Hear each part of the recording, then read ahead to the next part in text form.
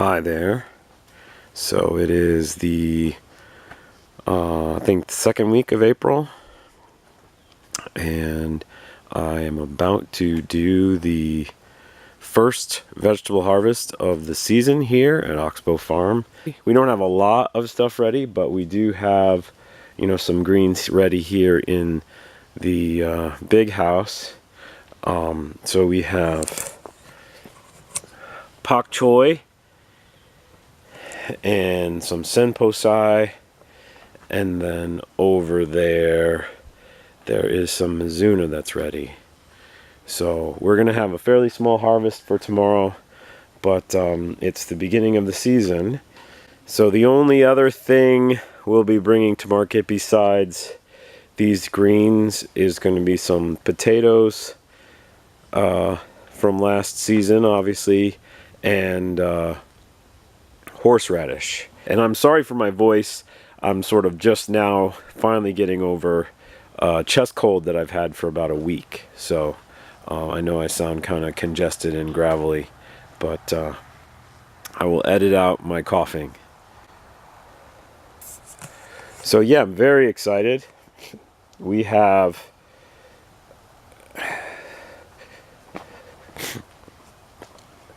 a lot of nice greens coming on, and I can show you. So here we are in the south bed, and the kale, we have some kale here interplanted with some tatsoi. So when the tatsoi is sized up, those whole plants will be harvested, and that will just give some more space to the kale.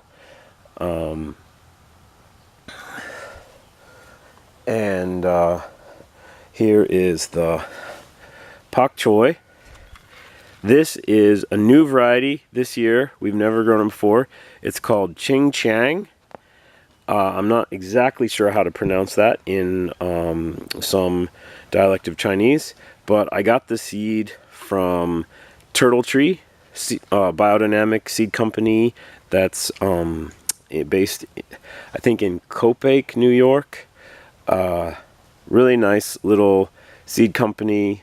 I don't use them a whole lot, but this is just really impressing me. This is a mini, sort of a baby-sized green stem pak choi, and this is the first open pollinated mini green stem pak choi that I've ever seen. Now that doesn't mean that there aren't a bunch, but I haven't seen any. Most of the ones that I'm familiar with are like choy, and a couple of others that look very, very similar to this, except they are not open pollinated.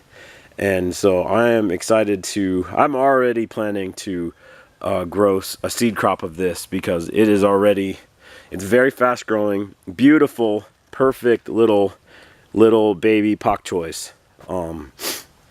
Just gorgeous, delicious, the fresh green pak choi taste, and just gorgeous, perfect, early, fast-growing Chinese pak choi. I'm very impressed with it.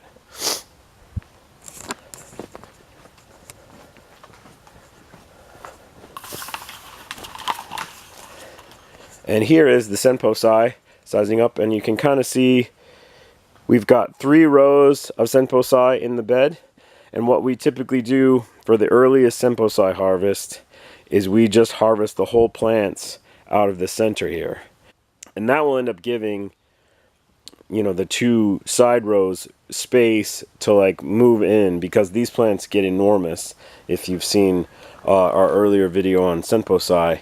So right now these are just baby plants of senposai, but we'll be harvesting these middle rows in both beds of senposai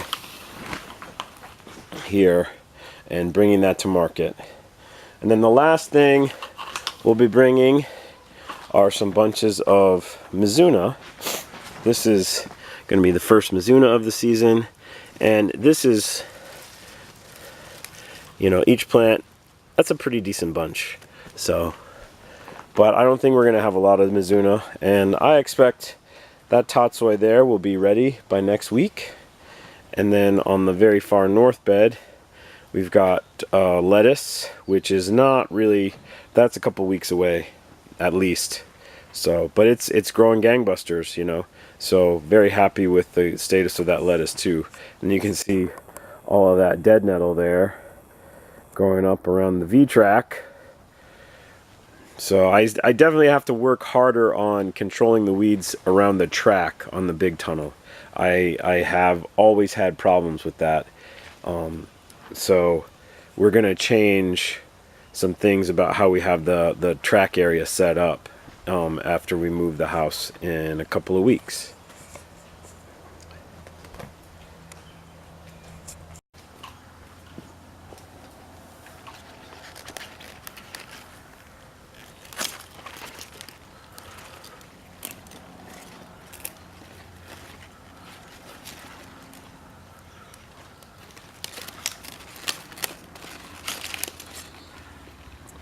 So there's one pak choi.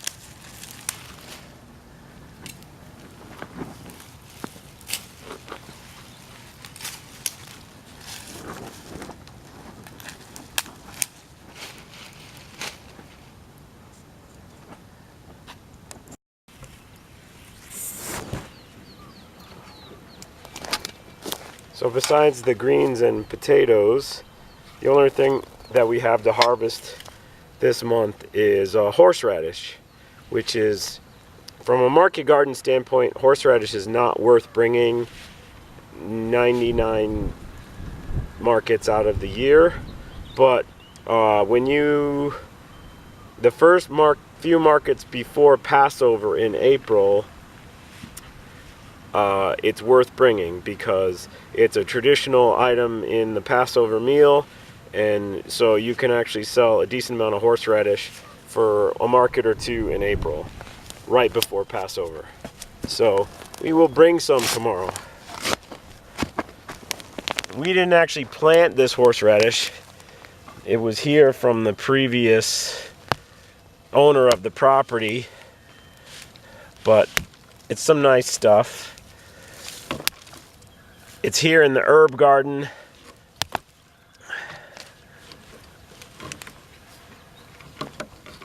And it's pretty much impossible to eradicate, so, you know, you just keep harvesting it.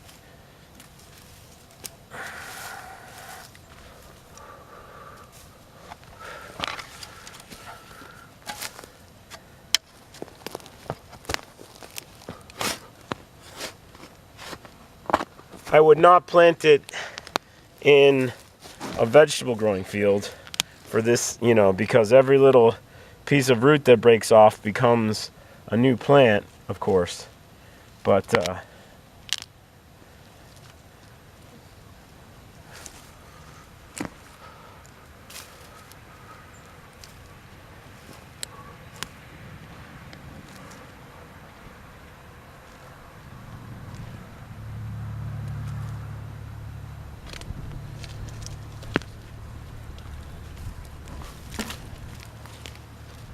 Guess that's all of it right there.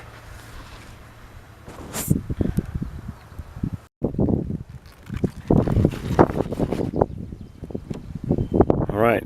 Thanks a lot for watching.